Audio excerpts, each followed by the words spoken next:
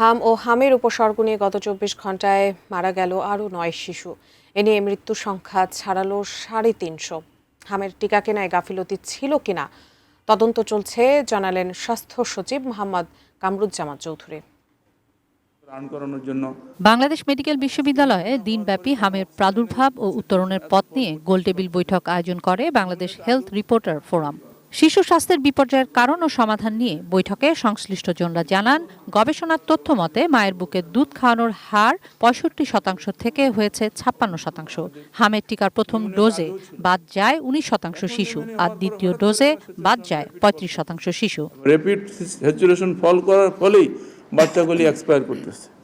সেক্ষেত্রে আমাদের পেডিয়াট্রিক আইসিইউর অপতুলতা আছে এবং খুব ভালোভাবেই আছে। 80% আনভ্যাকসিনেটেড বেবি, তো এটা আসলে তার মধ্যে malnutrition, low breastfeeding rate, 51% breastfeeding. এখন ৯ মাসের কমে শিশুরা আক্রান্ত হওয়ার রেটটা বেশি আমরা দেখতে পাচ্ছি। হামে আক্রান্ত শিশুদের জন্য পরবর্তী চ্যালেঞ্জ অপুষ্টি বলেও সতর্ক করেন চিকিৎসকরা।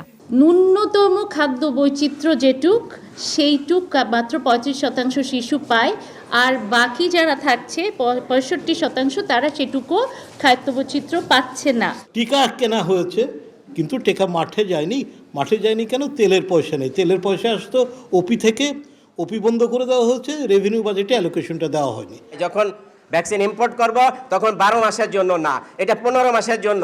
কারণ হচ্ছে যে আরেকটা ফিসক্যাল ইয়ারে বা আরেকটা প্রকিউরমেন্ট করতে গিয়ে 2-3 মাস সময় চলে যেতে পারে। সো এই সাপ্লাই চেইনে আমার কিছু সারপ্লাস ভ্যাকসিন যেন সব সময় থাকে।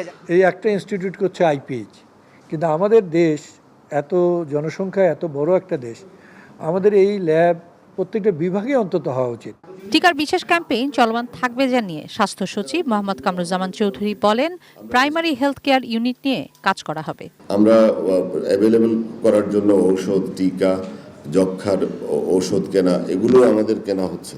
আমাদের কোনো গাফিলতি ছিল কিনা বা আমাদের কর্মকর্তাদের কিংবা দায় দায়িত্ব নির্ধারণ, এগুলো সবই একটা তদন্ত হলে যা হয় সব কিছুই হবে ইনশাআল্লাহ। এটা আপনারা দেখবেন, তদন্ত হচ্ছে। কিশোর জাহান, এটিএন নিউজ, ঢাকা।